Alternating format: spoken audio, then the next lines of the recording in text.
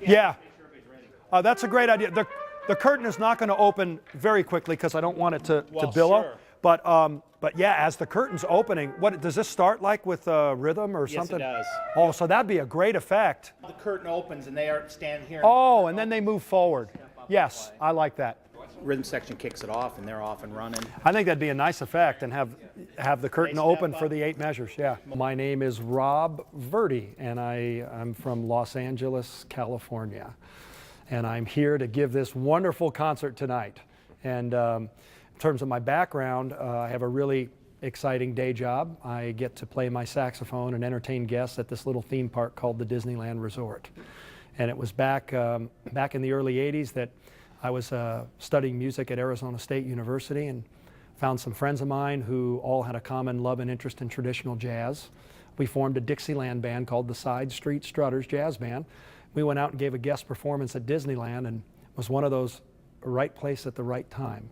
We had some entertainment management folks loving the energy of the band and the quality of the band, and they offered us a summer job. So we relocated out to Los Angeles from Arizona, worked for the summer, and they loved us so well that they said, "Do you want to stay on for the year?" And that was 30 years ago. I also have a passion for teaching and presenting concerts. So over the years, a couple of musical groups that I've spearheaded have toured the country and been fortunate to play concerts for people, and that's why I'm here tonight, is to play. When I was in 4th grade, my band director, who was a really good friend of my dad's and still is to this day, he was a sax player. And he said to my dad, "Why don't I give Rob one of my extra saxophones, and you won't have to rent one. I'll give him free lessons if you fix my car and build cabinets for me," because my dad was a shop teacher. So they worked out a great arrangement where I got the benefit. I got free music lessons from 4th grade till I graduated in high school. Private lessons every week from my dad's friend. And so that's why I play the saxophone.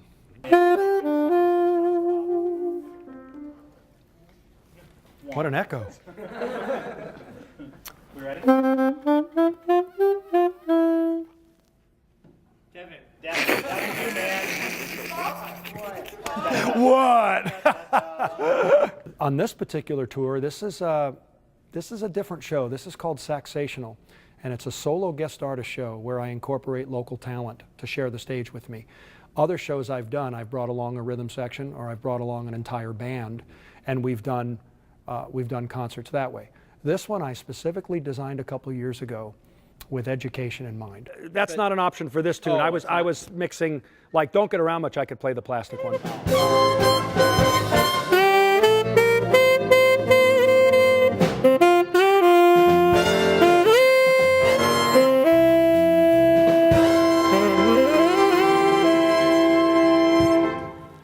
Want me to help you with that? I'll look over my shoulder and we'll kind of nod together. That's good. Okay.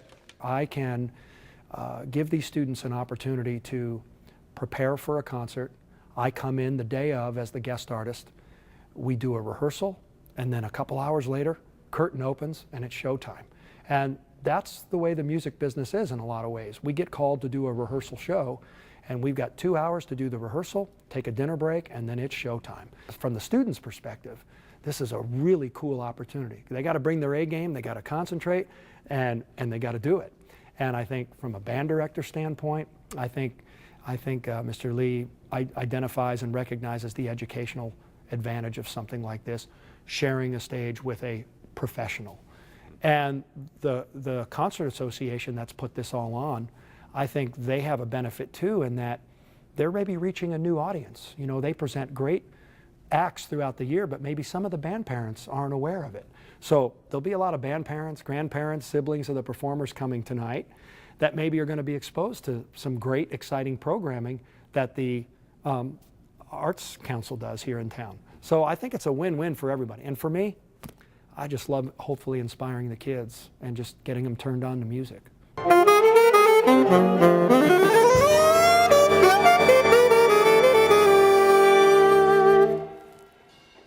Sweet. Without further ado, we're going to open the show with the Marshalltown High School Jazz Band under the direction of Brett Lee.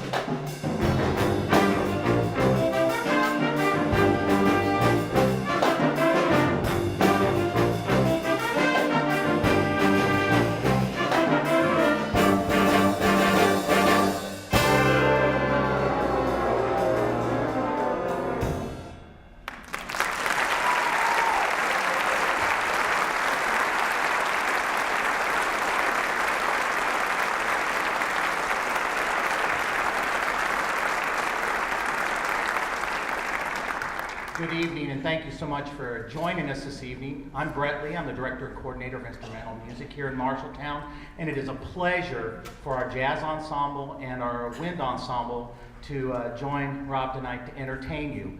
What's special about that first piece, it's entitled Pure Silver, which is in honor of Horace Silver, and as time works out, he passed away just this last year. He's a jazz great. And also, the other thing that's very important about it, it was arranged by one of our own alumnus, Nick Lane. And he wrote it for the band several years ago, and I know he's taken it from there to other places, but we're just so honored to have this piece to be able to perform for you. At this point, we're going to move on with our guest artist, Rob Verde, is going to come out and entertain you. So thank you so much for being here this evening.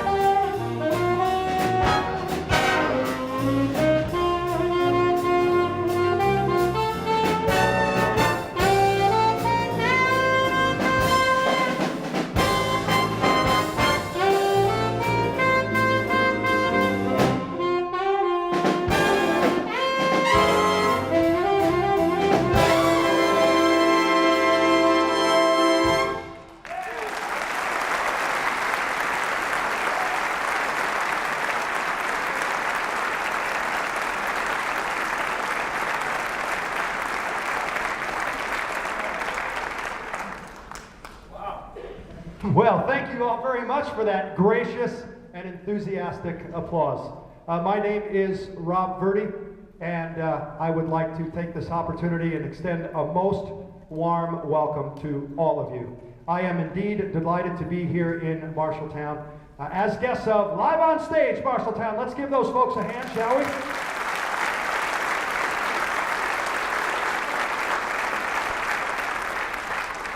I'm actually visiting you from Southern California, warm, sunny Southern California. How do you like the weather I brought you, huh? Not too bad? I wish I could take credit for that, but actually I've been on a tour for the past 2.5 weeks, spent the majority of time performing in Texas, a little bit of time in Arkansas, and performed last night outside Kansas City and in Lexington. And I'll be in the area for a few more days before I return back home. And sadly, at that point, I have to give up all this wonderful, exciting stage performing and the opportunity of working with the students and go back to my day job, which is entertaining guests with my saxophone at a little theme park called the Disneyland Resort. But doesn't that sound like a fun gig? Yeah, let me tell you a little bit about it.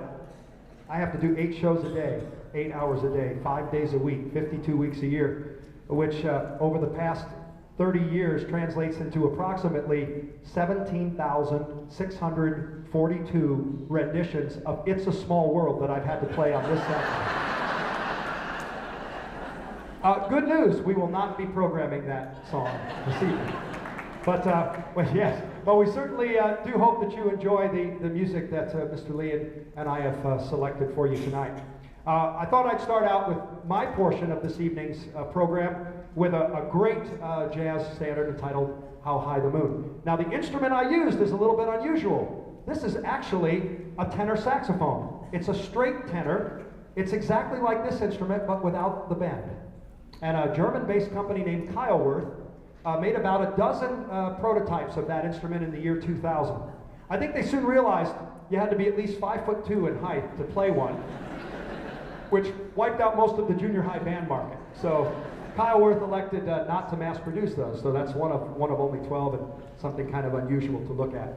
Now, if you're in the 4th or 5th grade and you have the opportunity in elementary school to be in band and you choose the saxophone, most likely your band director is going to put you on this one right here, the alto saxophone. It's a good starter instrument. This particular one was made by the Selmer Company in the late 1950s, and I'm going to play it for you now and feature it on a song that was written by the great Duke Ellington. And Duke actually, probably the 2 most known recordings of this song were the Duke Ellington Band and the Ink Spots. They both had #1 hits on the R&B hit parade back in 1943 with this one, and I know you're going to recognize it. It's called Don't Get Around Much Anymore. Welcome, everybody. Hope you enjoy yourselves.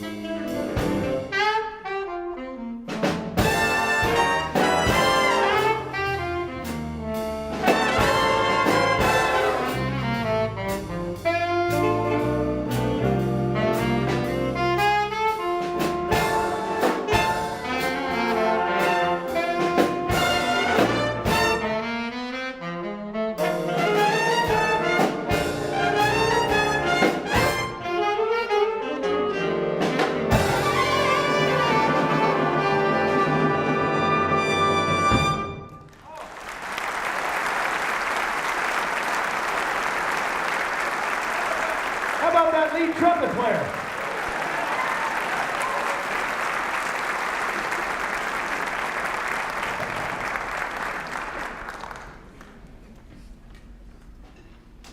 Well, back in 1939, Harold Arlen really created something beautiful with the music to The Wizard of Oz.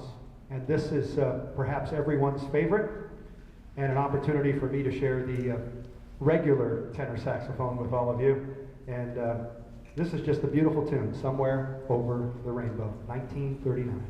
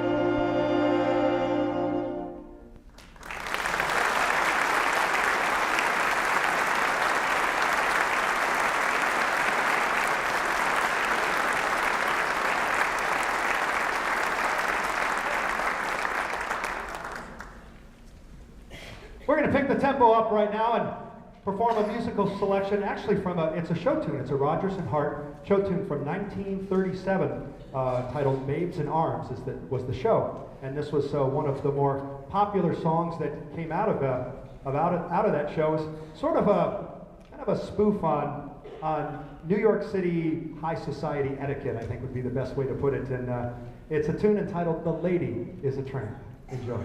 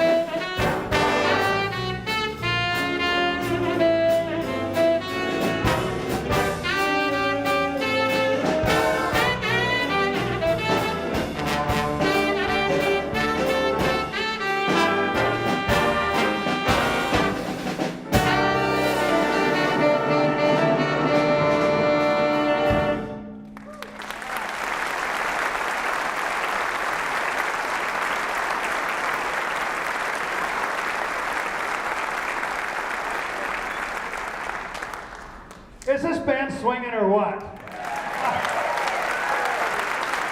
I'll tell you what. I'm having a blast. Speaking of having fun, I'd like to introduce to all of you the slide saxophone. Oh yeah, wait till you hear it. You're laughing now.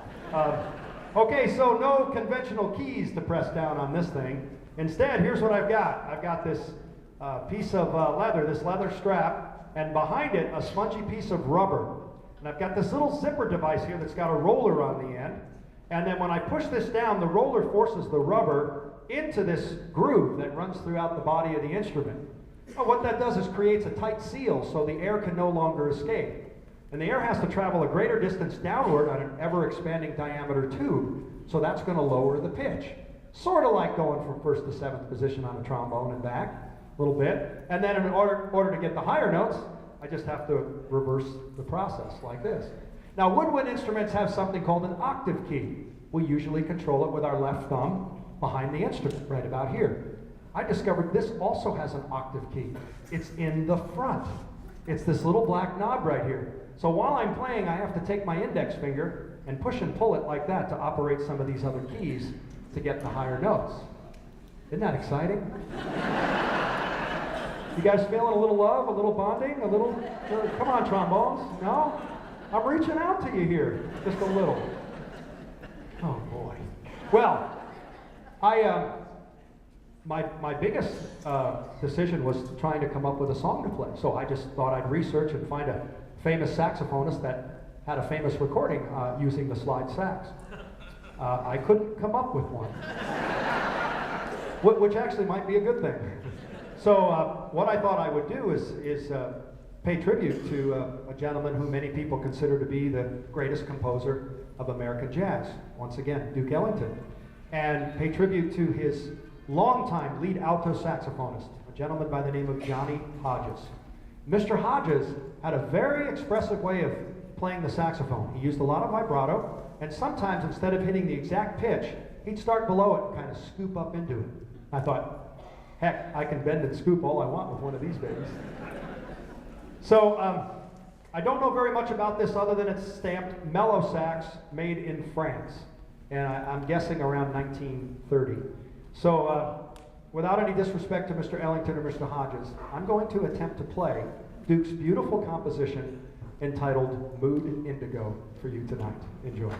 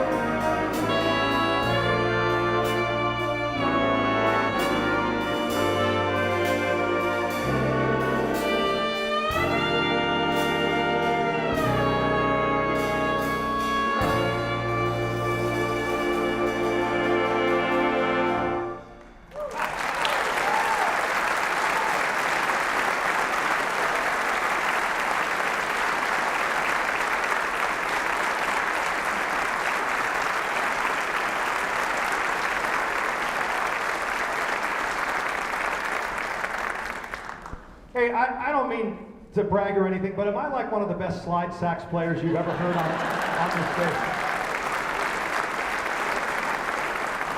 Hey Sam, when I tell a good joke, maybe a little support back there? You know, a little ba-dum-bum or something? You know, one of the things that makes jazz music different from other styles of music is this creative process that it centers around called improvisation. You know, it kind of reminds me, I was on a tour last year in a very rural community in Montana. I was addressing the entire school, K through 12, 12th graders, about 65 kids total. And I asked that same question if they knew what that word was, and I gave them a hint. I said, it's a big, long, fancy word that starts with the letter I. And I was shocked, a little second grader in the front row raised his hand, and I was so excited I called on him, and he said, Indianapolis.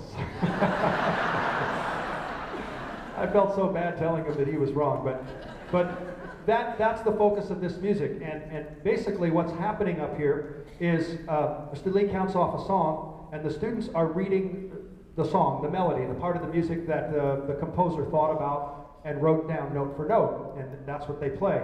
Then in the middle of the song are just a series of chord changes, letters and numbers, and it's up to the soloist who stands up to create something.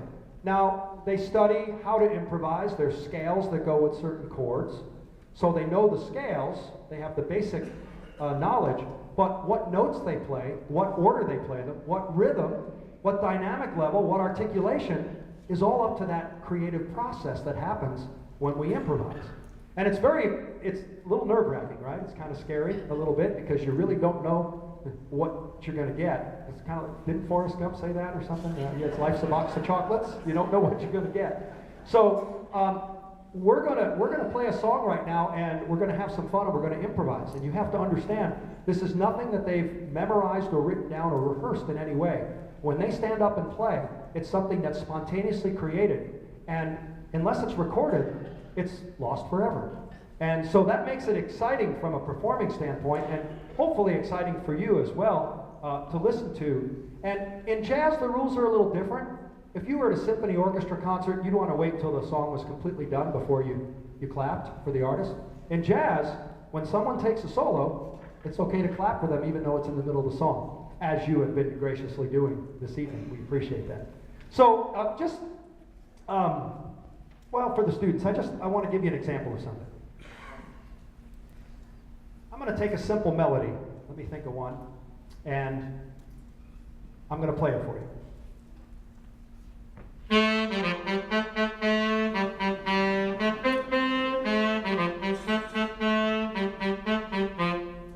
Okay, we all know Mary Had a Little Lamb, right? Oh, you don't need to clap for that. Okay, now I'm going to take Mary Had a Little Lamb, and I'm just going to improvise a little. Change some notes around, eliminate some notes, change some rhythms. I don't know what I'm going to do.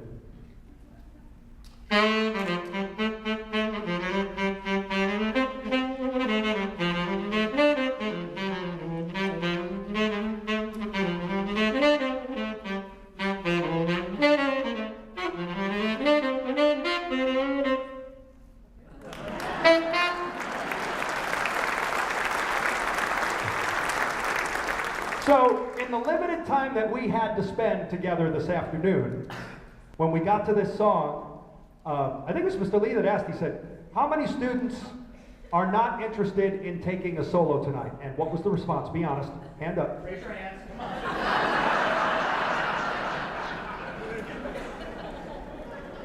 We went over a few things. They had it down. They were just being a little bashful. I said, tonight, I don't know what's going to happen. When we get to the open solo section, we're going to walk around, and if we point at you, stand up and play. How do they look? There's Ben's Blues.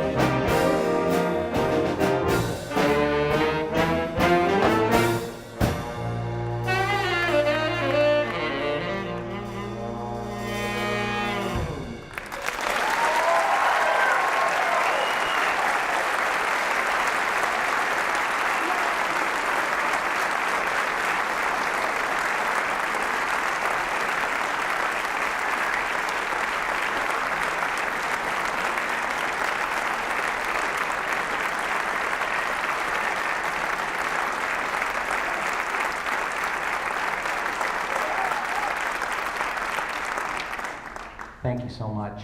We're going to do one more number, and it's a selection this band's been working on to prepare for our state contest, which is Monday night. The group's playing real well. We've been working on this music pretty strong, preparing for tonight, but a good bunch of students here, and they're well prepared. Our plan is to go and for them to come home with what would be their 15th or 16th consecutive Division I. Good group here, and they're ready to crank this up.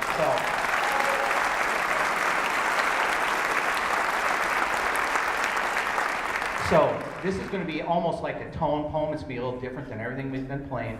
It's called Catch Me If You Can. It's arranged by Rick Hirsch, who's a professional sax player out on the East Coast. Think of the movie with Leonardo DiCaprio, Catch Me If You Can, where he impersonates all these different figures and the cop chases him through the whole movie trying to catch up with him and just almost catches him and he gets away again. So you're going to hear sounds in here like we have a mad car chase through New York City. This is called Catch Me If You Can by Rick Hirsch.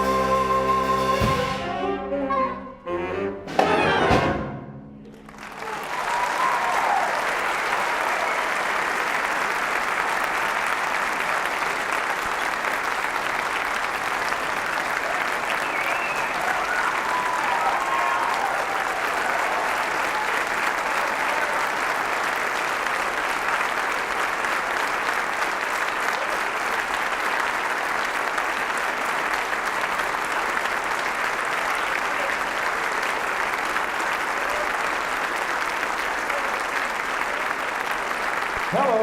I know the students appreciate that. We're going to take a short break and reconfigure and bring back the entire concert band. Don't go away. See you in a few minutes.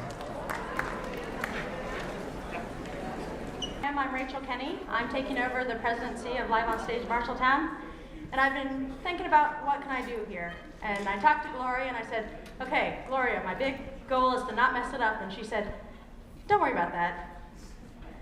You're not alone. And I said, okay, I'm not alone. And she goes, no, I'm serious.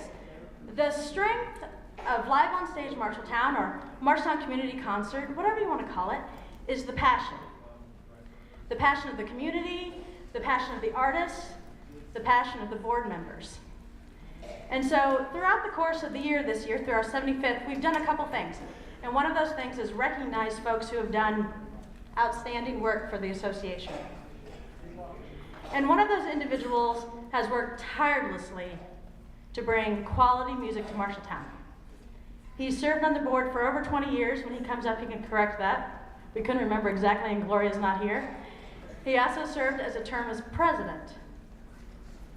So whether it's calling folks, whether it's beating on the doors for memberships, whether it is calling for sponsors or corresponding with artists, this individual has kept the legacy of Live on Stage alive and thriving for 75 years. So please help me in recognizing, as we bring up to the stage, Pete Peterson.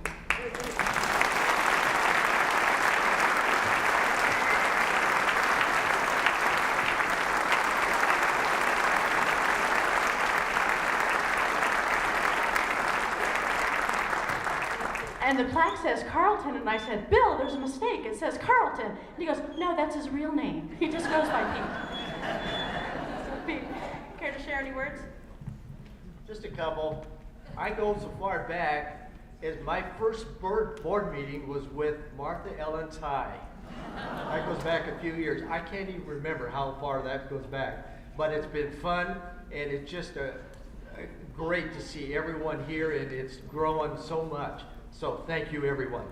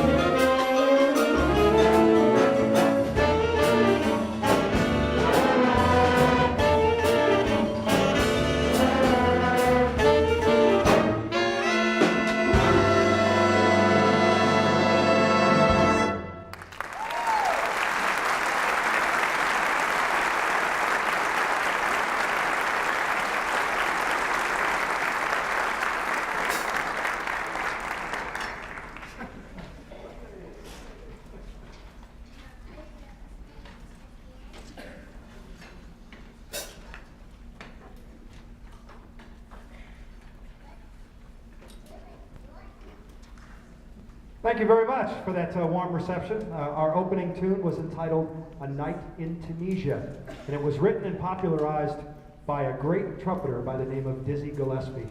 And Dizzy Gillespie, along with a piano player named Thelonious Monk and a fiery alto saxophonist named Charlie Parker, almost single-handedly started an entire new movement of jazz known as bebop.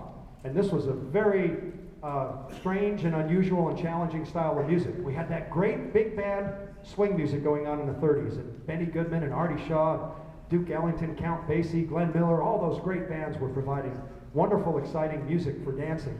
But a lot of that music didn't focus on improvisation. And Bird and Diz and some of those guys really wanted to expand the musical horizons, and bebop was born. The instrument I'm holding, actually, a similar one, was played often by the great Charlie Parker. This is a plastic saxophone, and it was manufactured by the Grafton Company over in England between 1950 and 1965. They wanted to keep costs down, so they used plastic, and also metals were somewhat scarce after World War II. Well, they achieved that, but as you can imagine, the technology of plastic back then is nothing like what we have today. So these instruments are extremely brittle, and there are not many examples around because they are so delicate. And I thought I would give you an opportunity to hear a plastic saxophone as we perform for you now yet another, coincidentally, Duke Ellington composition. This debuted in 1943 at Carnegie Hall. It was actually part of a larger body of work called Beige and Brown. And this portion pays tribute to that very special day of the week reserved for church and family time. It's entitled Come Sunday.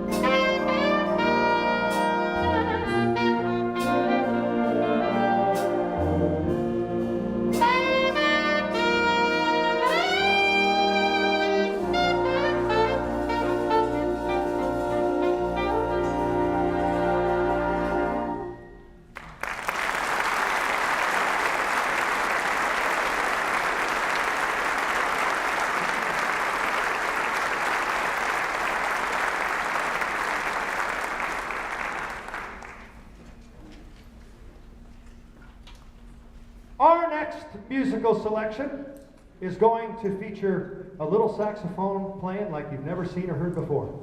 Would you like to hear a little saxophone?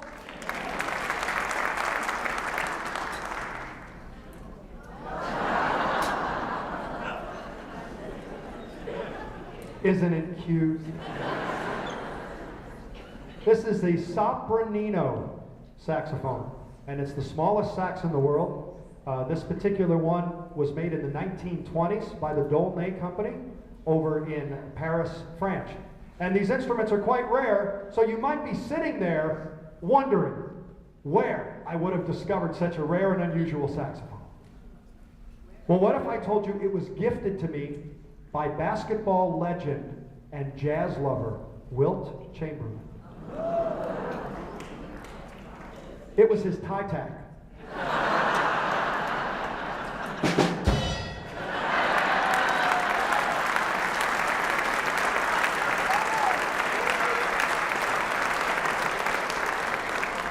Now, as a collector of saxophones, you might imagine I've done a little research on this instrument, discovered that the French sometimes refer to it as the Tasmanian Garachi phone.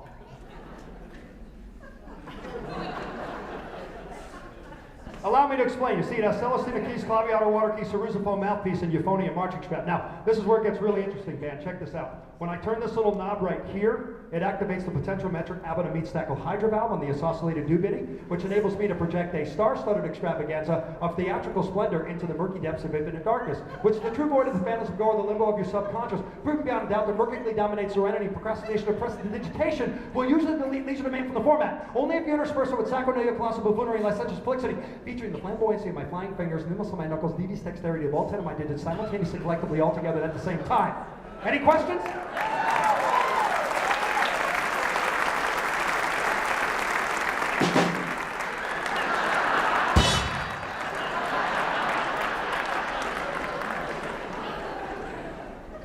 This fabulous band and I would like to take you back to the 1920s.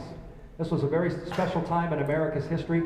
Vaudeville, Flapper Girls, the Charleston, the Roaring 20s. It was a really fun time, and this music reflects that. We're going to pay tribute to one of the very first virtuosos of the saxophone, a gentleman by the name of Rudy Weedoff. And back in the 1920s, he had a series of big hits that really showcased his talent and really created a lot of popularity with the saxophone. The song we've selected for you tonight from 1920, a #1 hit for Mr. Weedoff, Saxophobia.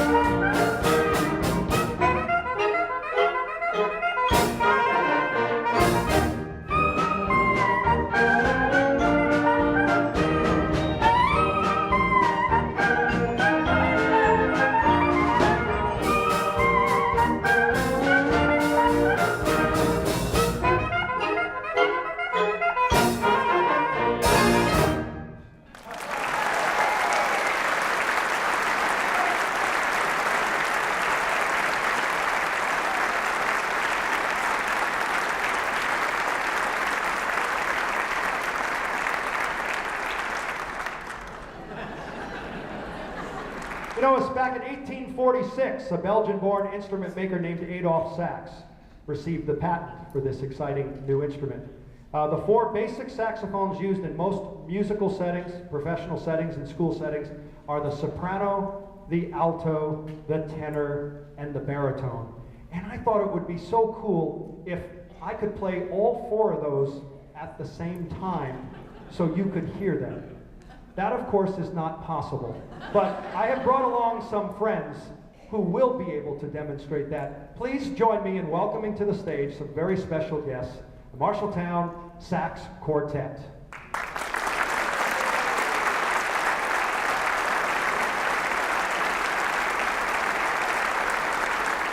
Say hello, Ron, Megan, Judy, and another Megan at the end. So there you see the soprano, the alto, the tenor, and the baritone. You know, Mr. Sax, when he was a child, he swallowed some needles by accident, and he drank what he thought was milk, and it was acid, and he fell down a long flight of stairs. But he survived all that, and fortunately, so he could invent this instrument. His father was a successful instrument maker as well. And even Mr. Sax went on to create not only saxophones, but another number of other woodwind and brass instruments that were held in high regard at the time. The story does take a sad turn because some of his competitors became very jealous of his success. They stole his patents, they sued him, and Mr. Sax ended up dying penniless, never knowing how popular his instrument would become. So we're here to celebrate tonight, and this fine quartet is going to take you back to the 20s, to the ragtime era with a Joplin classic entitled The Entertainer. Enjoy.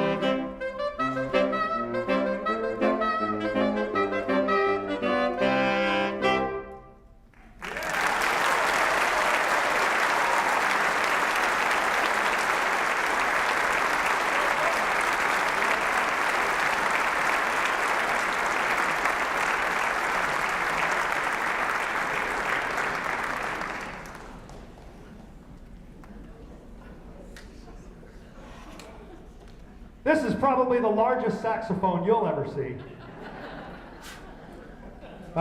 This is the bass saxophone. It was manufactured by the Kahn Company around 1930.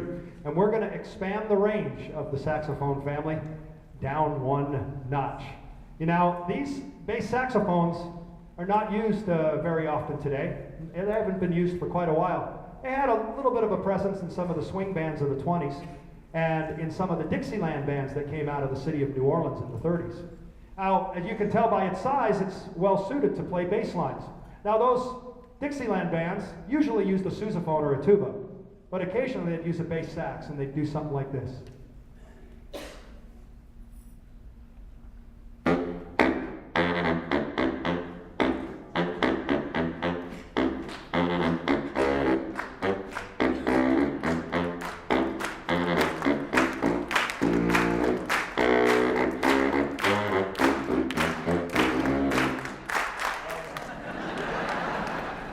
So we're going to take you to the swing era and pay tribute to a great big band leader by the name of Woody Herman. And Mr. Herman always attracted great saxophone players in his ensemble. Names like Stan Getz, Al Cohn, Zoot Sims. These were big names in jazz. A baritone saxophonist by the name of Jimmy Jufrey wrote this song, and it became a showpiece for Woody's saxophone section. And we're going to try it for you right now. It's called Four Brothers, and it's not easy.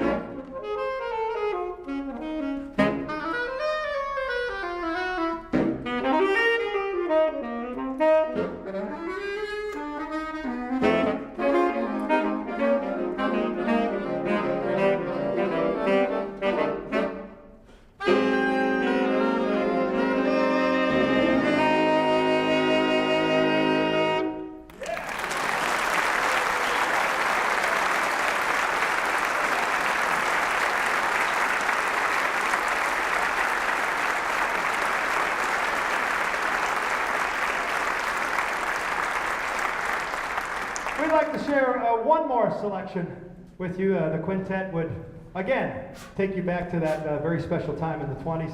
This is a fun song called Silent Saga of the Silent Movie Days.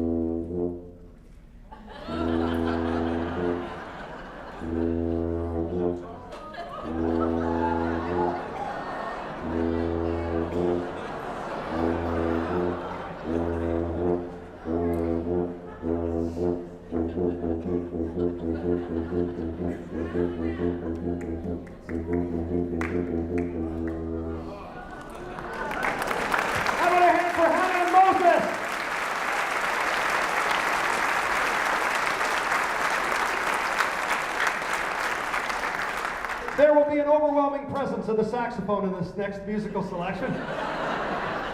Perhaps some of you are familiar with Guy Lombardo's famous phrase, the sweetest music this side of heaven.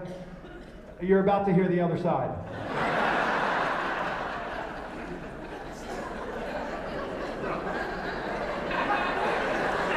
Oh, he's rating me now. That was not worthy. This is a contrabass saxophone. Believe it or not, it's only about 30 pounds, but it's one of about 12 that were ever manufactured by the Buffet Company over in Paris, France, between the late 1800s and around 1930.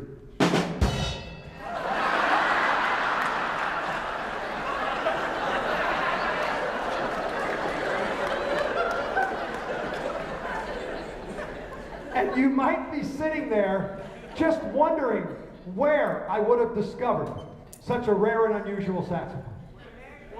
Well, what if I told you just west of Des Moines off Interstate 80 at a Flying J truck stop? It was a hood ornament on a Peterbilt.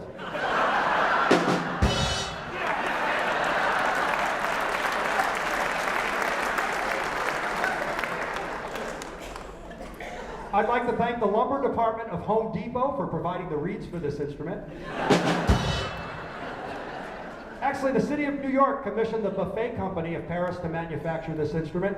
It made its debut appearance in the 1926 New York City Labor Day Parade. And I do pity the poor man who marched with it that day. Just kidding. Only if you mean it, Sam. Only if you mean it. It's gotta be heartfelt. This is a very, very special night for me to have an opportunity to share the stage with this incredible band. So what I'd really like to do for all of you tonight is perform Flight of the Bumblebee.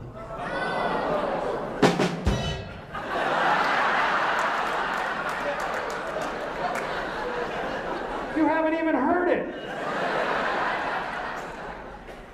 No? Okay. I would really like to, but I can't.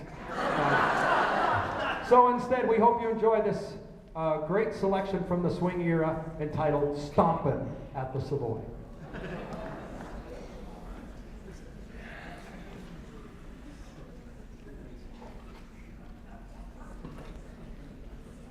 Am I ready? No.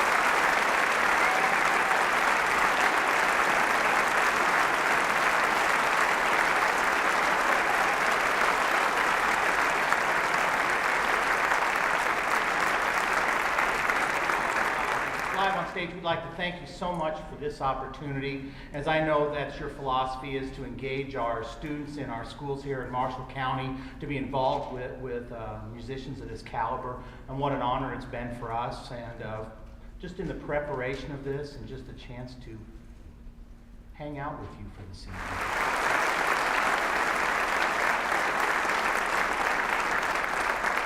Ladies and gentlemen, we've come towards the conclusion of this evening's program.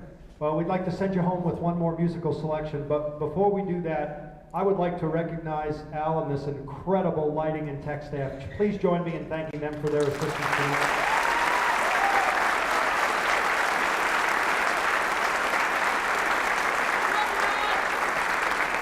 Also, I would like to once again recognize some incredible local talent and have the Marshalltown Sax Quartet come out one more time and be recognized for their contributions. Thank you.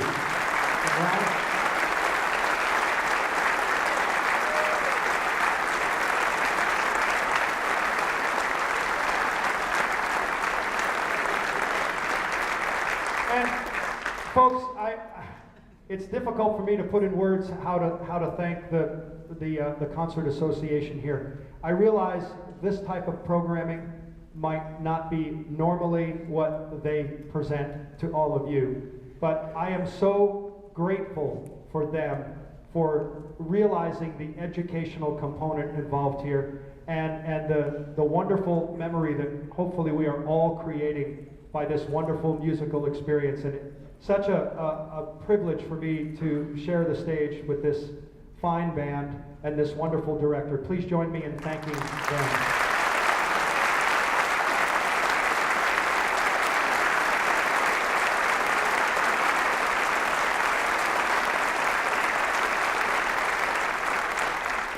I couldn't hear everything that Mr. Lee was saying when I was backstage. I don't know if he already acknowledged this particular group, but parents of these students who are in our audience this evening, please stand and be recognized for the support that you showed your kids.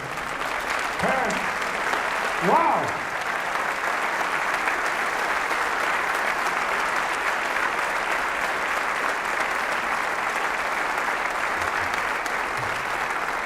I'd like to ask your permission. This band is incredible. Can they finish the tour with me? I'd like them to go on the road. Well, wait, everyone except Sam the drummer. So, you guys all pack your bags. Anyway, we're gonna, at the conclusion of the concert, I am going to be out in the lobby by the CD and DVD table that I have, and if any of you have a moment, want to stop and chat, I'd love to visit with you before you go home. We're gonna leave you with a medley of 4 songs that are associated with the saxophone, from television theme songs and movie soundtracks and popular hits. And I'm curious to see how many of them you will recognize. I'll give you a hint for the first one. Fred McMurray.